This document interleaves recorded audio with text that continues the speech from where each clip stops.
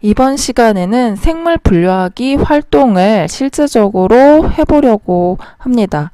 자, 페이지는 106페이지, 107페이지 활동을 해볼 거고요. 자, 핵심 개념은 지난 시간하고 비슷한데요. 개 단위 분류예요. 그래서 원핵생물계, 원생생물계, 균계, 식물계, 동물계 지난 시간에 특징하고 그 다음에 거기에 속하는 어떤 생물의 예에 대해서 살펴봤었는데요.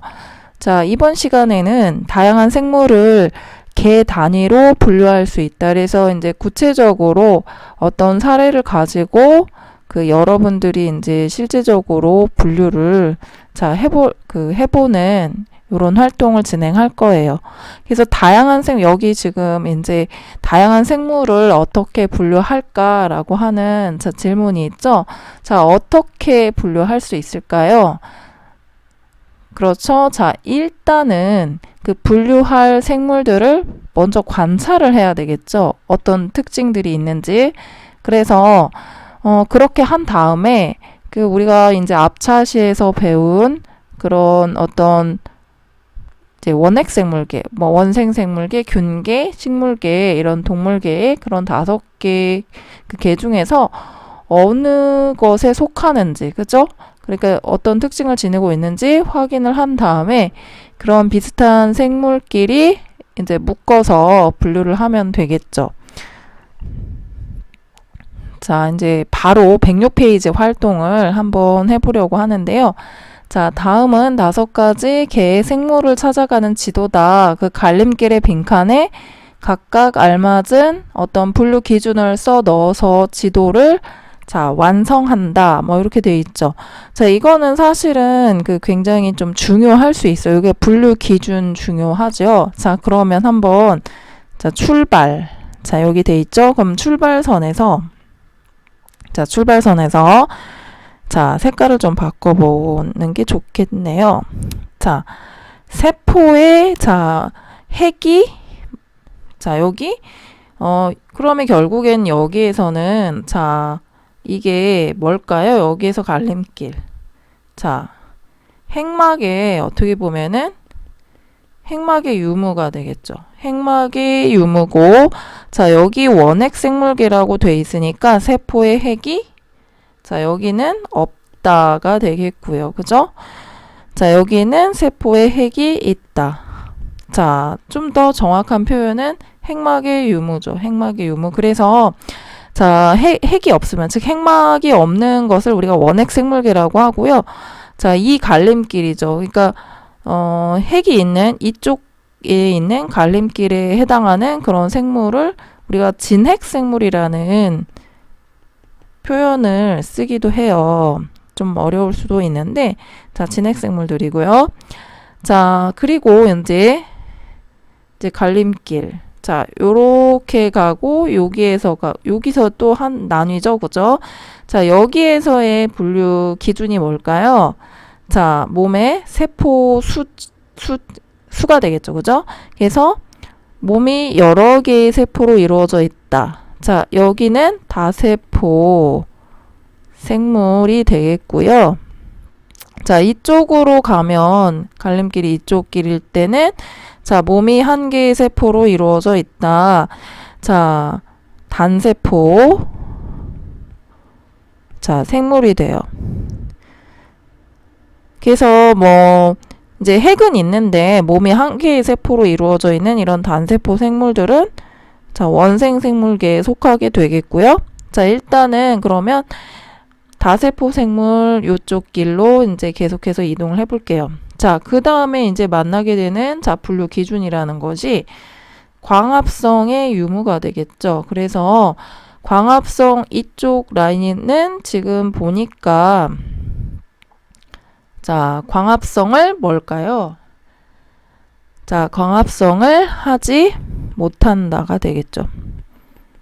자, 왜 그러냐면은 여기 보니까 균계하고 동물계에 해당하는 지금 길이에요. 그래서 광합성을 하지 않는 것이 되겠고요. 자, 그럼 여기는 광합성을 한다. 이게 되겠죠. 그죠? 자, 광합성을 한다. 요쪽 길이 되겠고요. 자, 그런데 이제 광합성을 하면은, 그러면 이제 광합성을 하는 게 이제 대표적으로 식물이잖아요. 그죠? 그러니까 식물이니까 이제 식물계로 가겠구나라고 생각을 할 수 있는데, 자, 사실 여기에서도 갈림길이 또 있어요. 그죠? 자, 여기가 뭘까요? 이 갈림길이 뭘까요? 광합성을 하면은 무조건 식물인가요?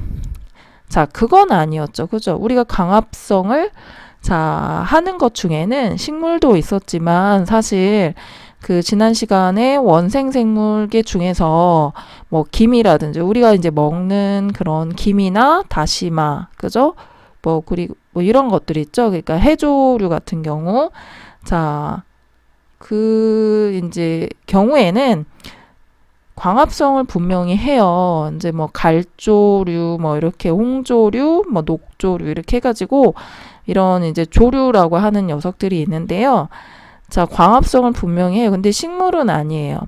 자, 그래서 이걸 이제 요 갈림길은 뭐냐면은 그때 얘기를 했을 거예요. 뿌리줄기 잎이 발달해 있으면은 자, 이제 식물이 되는 거고요. 주로 이제 물속에 생활하면서 뿌리줄기 잎이 발달하지 않았다 하면은 원생생물계로 이제 분류를 하게 되는데 바로 여기가 그 뿌리, 줄기, 잎의 발달, 뭐 유무 정도 되겠죠. 그죠? 기준이.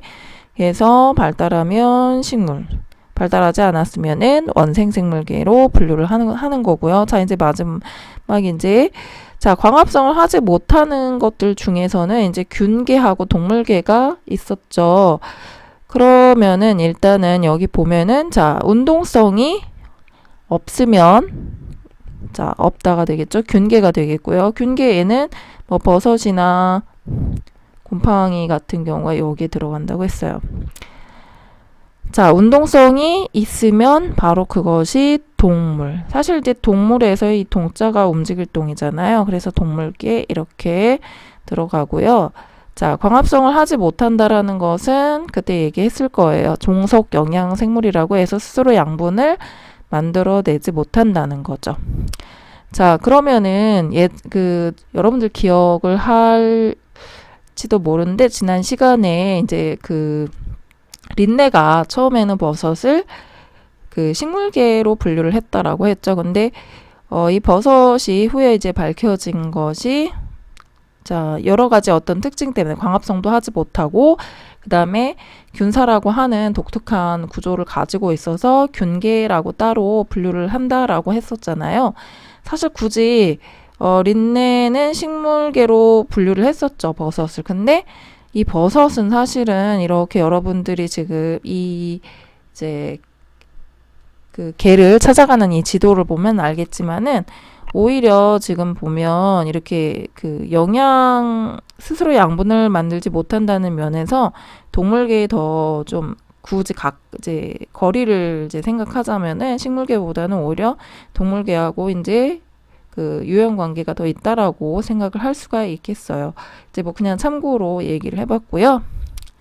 자, 그 다음 이제 본격적으로 우리가 할 활동인데요. 자, 교과서는 107페이지 이제 할 거예요. 근데 이제 이 활동을 여러분들도 집에서 교과서에 직접 풀칠을 해가면서 같이 한번 해봤으면 좋겠어요. 자, 부록 263쪽을 일단은 이제 생물 카드가 있을 거예요. 거기에서 생물 카드를 오려내고 그 생물의 특징을 확인을 해서 과정일의 분류 지도에 따라서 분류를 한다. 이렇게 이제 돼 있을 텐데 조금 전에 살펴봤던 거 그게 과정일이었고요. 자, 분류 경로를 그리고 그 다음에 생물 카드를 이제 교과서 107페이지에 붙여주면 돼요. 생물 카드 붙이는 곳, 그 부분에 풀칠을 해서 붙여주면 될 것 같은데, 자, 같이 한번 해보려고 해요. 아마 교과서를 보면은, 자, 대장균은 지금 여기 보다시피, 돼 있을 거예요. 결과가 이제 나와 있을 텐데, 나머지 고사리, 메뚜기, 푸른 곰팡이, 미역, 젖산균, 파리지옥, 도롱뇽을 가지고 한번 해보려고 해요. 자, 먼저 대장균은 사실은 뭐 결과가 있죠. 자, 대장균은 여러분들 뭐 잘 알다시피 대장균 이콜라이라고도 해요. 어려운 말로. 자, 대장균은 자, 얘는 뭐 세균이에요. 박테리아예요. 자, 대장균은 자, 여기 이렇게 가면 이렇게 자, 여기 갈림길에서의 기준이 뭐라고 했었죠? 자, 핵막의 유무, 핵의 유무, 핵막의 유무. 근데 뭐 핵막이 없죠. 그죠? 그래서 원핵이라고 했어요. 그죠? 그래서 요 갈래길로 이제 핵막이 없다. 없으면은 이게 이제 원핵 생물계가 되겠죠. 그래서 요렇게 분류를 할 수가 있다는 거고요. 자, 그 다음에 이제 고사리부터 이제 보려고 하는데요. 자, 고사리는 여러분들 그 부록 263페이지에 보면은 뒷면을 한번 보면은 거기 이제 앞면은 이제 고사리 사진이 나와 있고요. 뒷면을 이렇게 보면은 내용 설명이 되어 있어요. 자, 고사리 설명을 한번 읽어볼게요, 선생님이. 자, 세포에 핵이 있는 다세포 생물이라고 했어요. 자, 다세포 생물이라고 했으니까 자, 출발을 해볼게요. 자, 핵막이 있다라고 했으니까 이쪽으로 쭉 가고요. 그죠? 그러면은 다세포 생물이라고 또 했죠. 그럼 다세포 생물이라고 하면 여기 분류 기준이 이쪽으로 가면 뭐 단세포, 그죠? 세포 하나. 근데 이쪽으로 가면 다세포, 그죠? 그래서 이쪽 길이 되겠고요. 그죠? 자, 그 다음에 여기서 분류 기준이 또 어떻게 나뉘어졌었죠?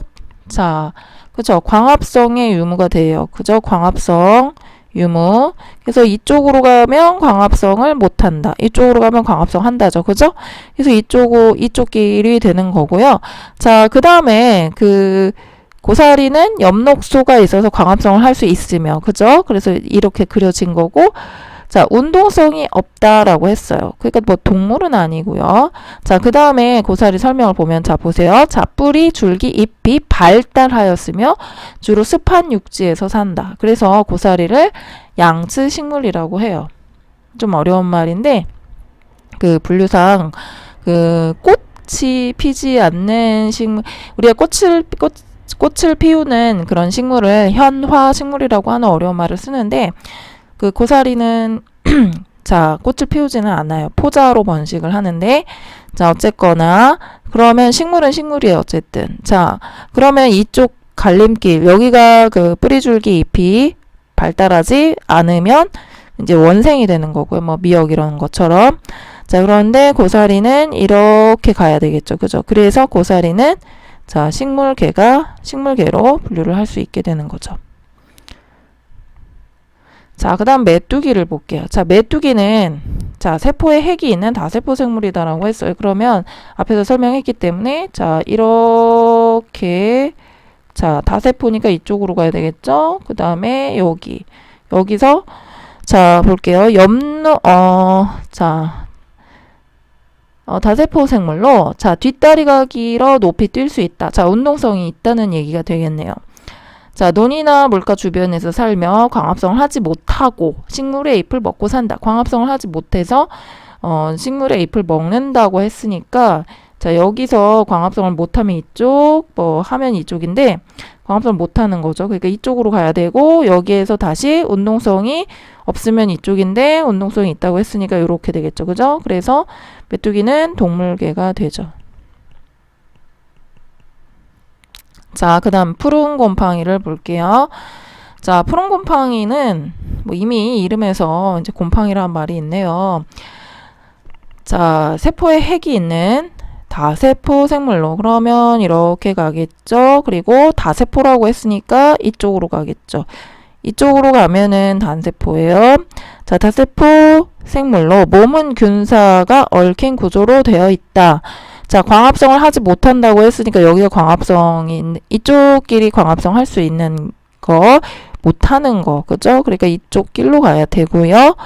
자, 광합성을 하지 못하고 죽은 생물체를 분해하여 살아가면 운동성이 없다라고 했어요. 그럼 이쪽으로 가면 운동성이 있는 건데 없다라고 했으니까 이쪽 길로 쭉 가면 되겠죠. 그래서 이렇게 만나는 자, 균계가 되겠죠. 균계. 자, 그 다음에 이제 미역인데요. 자, 미역은 조금 잘 생각해야 돼요.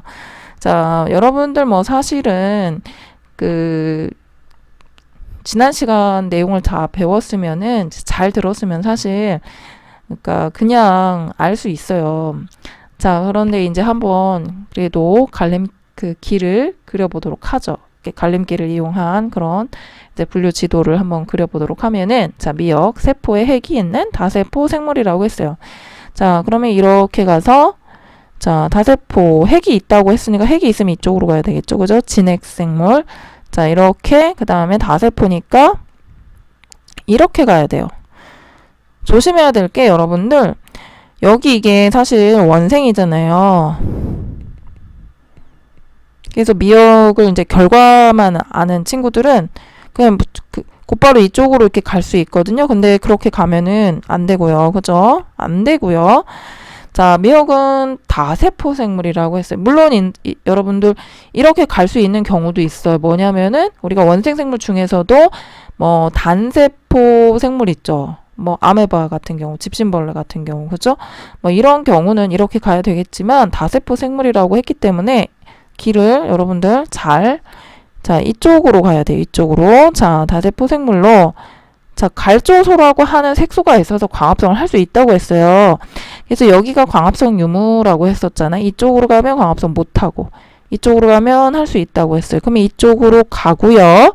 자, 그 다음에 이제 또 하나 중요한 거 진정한 뿌리, 줄기, 잎이 발달하지 않았으며 바닷속 바위에 붙어 산다. 즉 물 속에서 산다는 얘기예요. 자, 그러면 이 갈림길이 바로 여러분들 그 뿌리줄기 잎의 발달 유무라고 했었잖아요.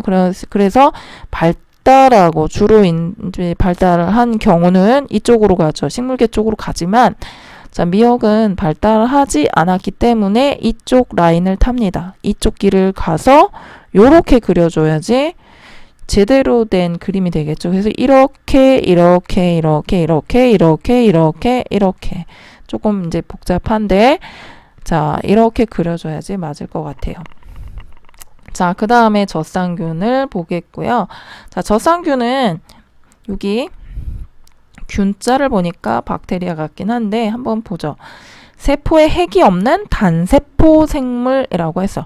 자, 핵이 없다고 했으니까 여기서 이미 그저 끝났네요. 자, 핵이 있으면 이쪽, 없으면 이쪽. 자, 단세포 생물로 김치, 된장, 요구르트 등에 많다. 동물의 장에 사는 것도 있다. 자, 이쪽으로 가서 그대로 이렇게 그려주면 원핵 생물계가 되죠. 자, 그 다음에 이제 파리지옥인데요. 자, 파리지옥은 생각해 보니까 지난 시간에 스스로 확인하기 문제에서 다뤄줘서 여러분들 이미 잘 알고 있을 것 같긴 해요. 자, 그래도 한번 그려보도록 할게요. 자, 세포에 핵이 있는 다세포 생물로 라고 했어요. 자, 세포에 핵이 있다고 했으니까 이쪽이 있다고 했죠?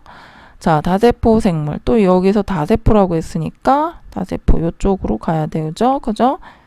자, 다세포 생물로 엽록소가 있어 광합성을 한다고 했어요. 여기가 광합성 유무라고 해서 이렇게 가면 없고 못하고 광합성, 이렇게 가면 광합성 한다고 했어요. 그럼 이쪽 라인을 타야 되겠죠?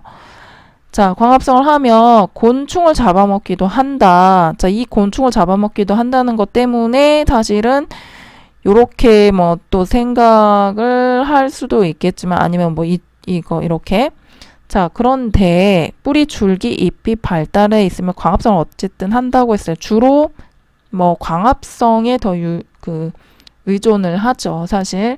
그러니까 파리지옥이 그 곤충을 이제 잡아먹게 된 거는 어떻게 보면 그 환경에 대한 적응의 산물이라고 볼 수 있어요. 그러니까 척박한 땅에서 그 질소가 부족한 토양에서 그 질소를 얻기 위해서는 우리가 이 질소 성분은 나중에 공부를 하겠지만 이게 질소인데요.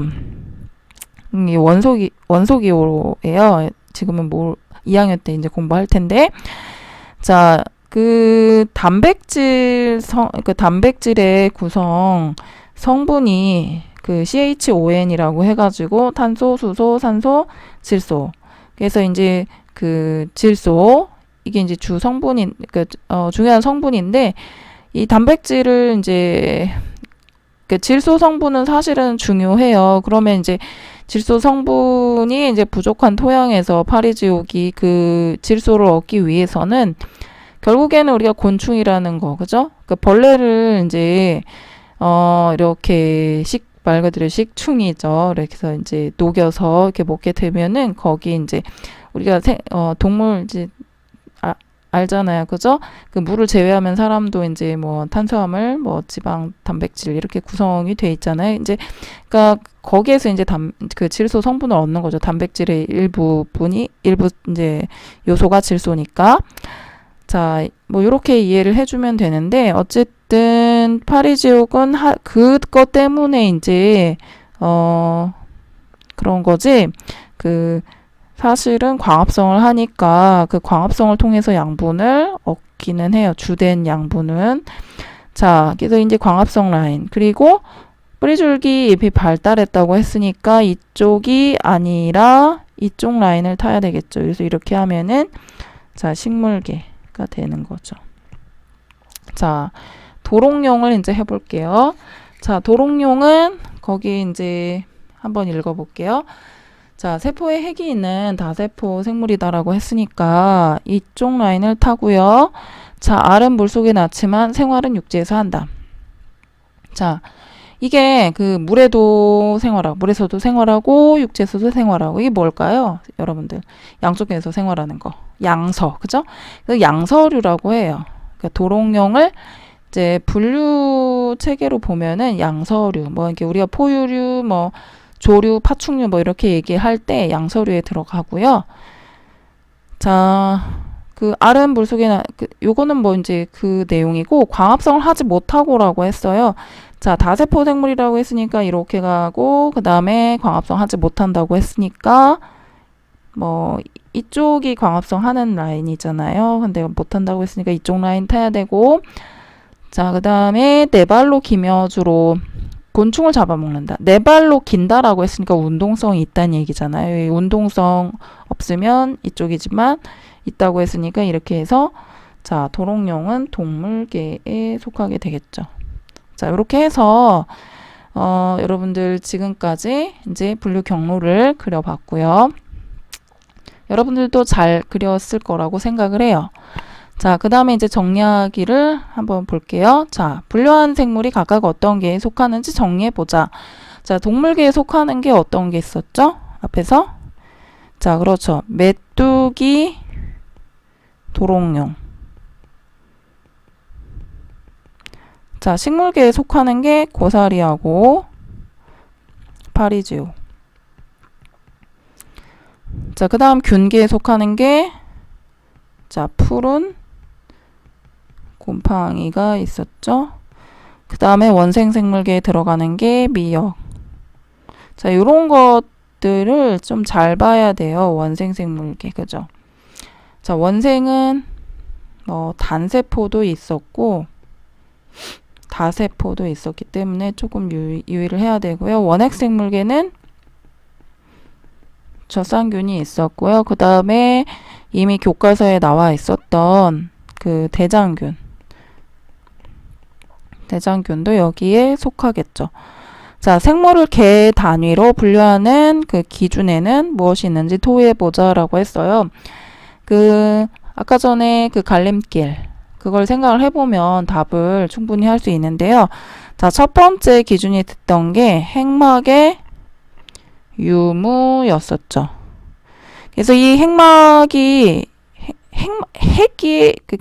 핵이 없을 수도 있는데 뭐 그렇게 얘기를 해도 되지만 사실은 우리가 DNA는 사실 다 있어요. 근데 이제 핵막이 있느냐 없느냐를 가지고 핵막이 없으면 원핵, 뭐 핵막이 있으면 진핵 이렇게 구분을 하고요.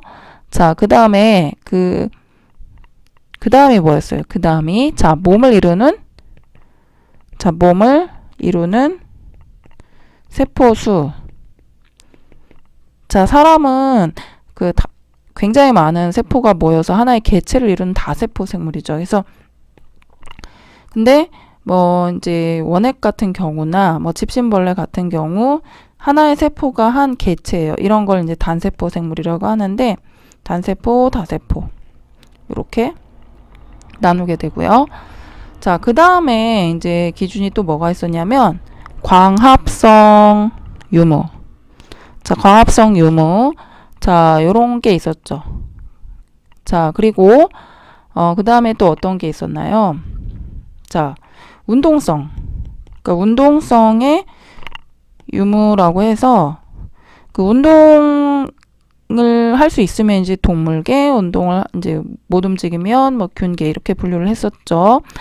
자, 그리고 또 있었어요. 바로 그 광합성을 하는 라인을 탔을 때, 그럼 광합성을 하면은 무조건 다 식물계냐? 그렇지 않았죠. 그래서 뿌리, 줄기, 잎의 그 발달 유무, 요거를 가지고 발달하면 식물계, 발달하지 않고 물속에서 산다 그랬을 때 이제 원생 생물계로 우리가 분류했다는 거 기억할 거예요. 그래서 이런 것들이 분류하는 기준이 될 수 있다. 정리를 할 수 있어야 되고요.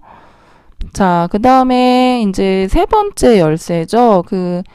우리가 산호는 식물일까 동물일까? 자, 101쪽 두 번째 열쇠에서 정리한 내용을 바탕으로 과정일의 분류 지도에 따라서 산호를 분류해보자. 자, 산호는 자, 세포에 핵이 있고 핵막이 있다라고 했어요. 그럼 그려볼게요. 자, 이렇게 그려야 되겠죠?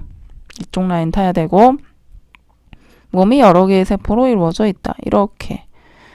자, 그리고 광합성을, 자, 산호, 여러분들 속으면 안 되죠? 산호가 막 식물처럼 생겼다고 해서 광합성을 못하죠. 그죠? 광합성 못하니까 이쪽 라인을 가면 안 되고, 자, 이쪽으로 가야 되는데, 자, 산호는 그 운동성이 자 있어요. 그죠? 그래서 이렇게 그리고 또 이제 종속 영양 생물이죠. 그죠? 잡아먹고 산다고 했으니까 그래서 산호는 자 뭐라고 답을 해주면 될까요? 최종 우리가 결론 산호는 동물계 식물계가 아니라 바로 동물계가 된다라는 거 이렇게 정리를 하면 돼요.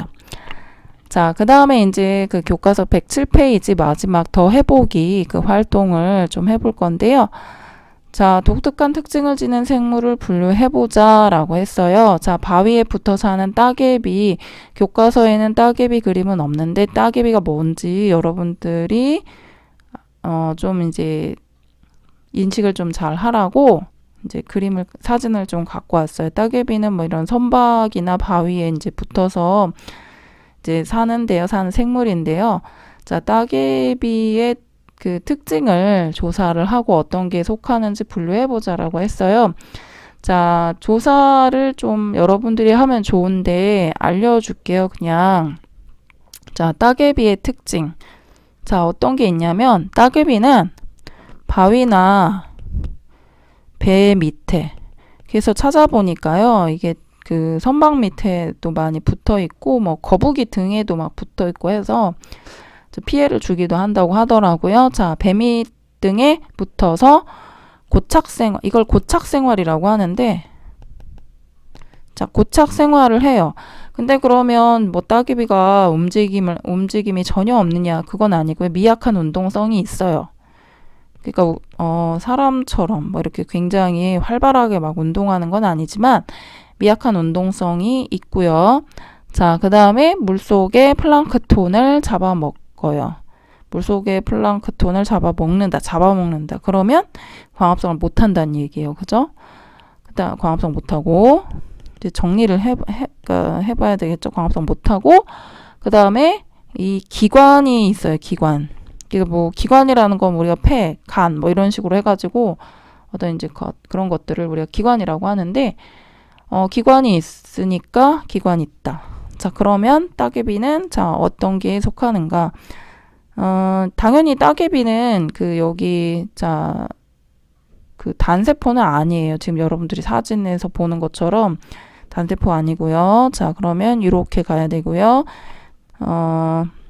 자, 핵막이 있어요. 따개비는. 그래서 이렇게 가고 세포가 여러 개 이렇게 가고 근데 광합성 못하니까 이렇게 가야 되고요.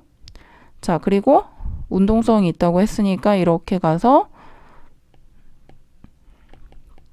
동물계가 되겠죠. 자, 이렇게 해서 자, 오늘 그 생물 분류하기 활동을 마무리를 했고요.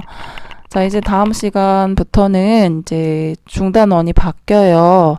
그래서 중단원은 교과서를 이렇게 넘겨보면은 110페이지, 111페이지부터 생물 다양성 보전에 대해서 이제 나오게 되는데, 바로 이제 다음 시간에는 위협받는 생물 다양성과 보전이라고 하는 그런 주제로다가 이제 설명을 할 거예요.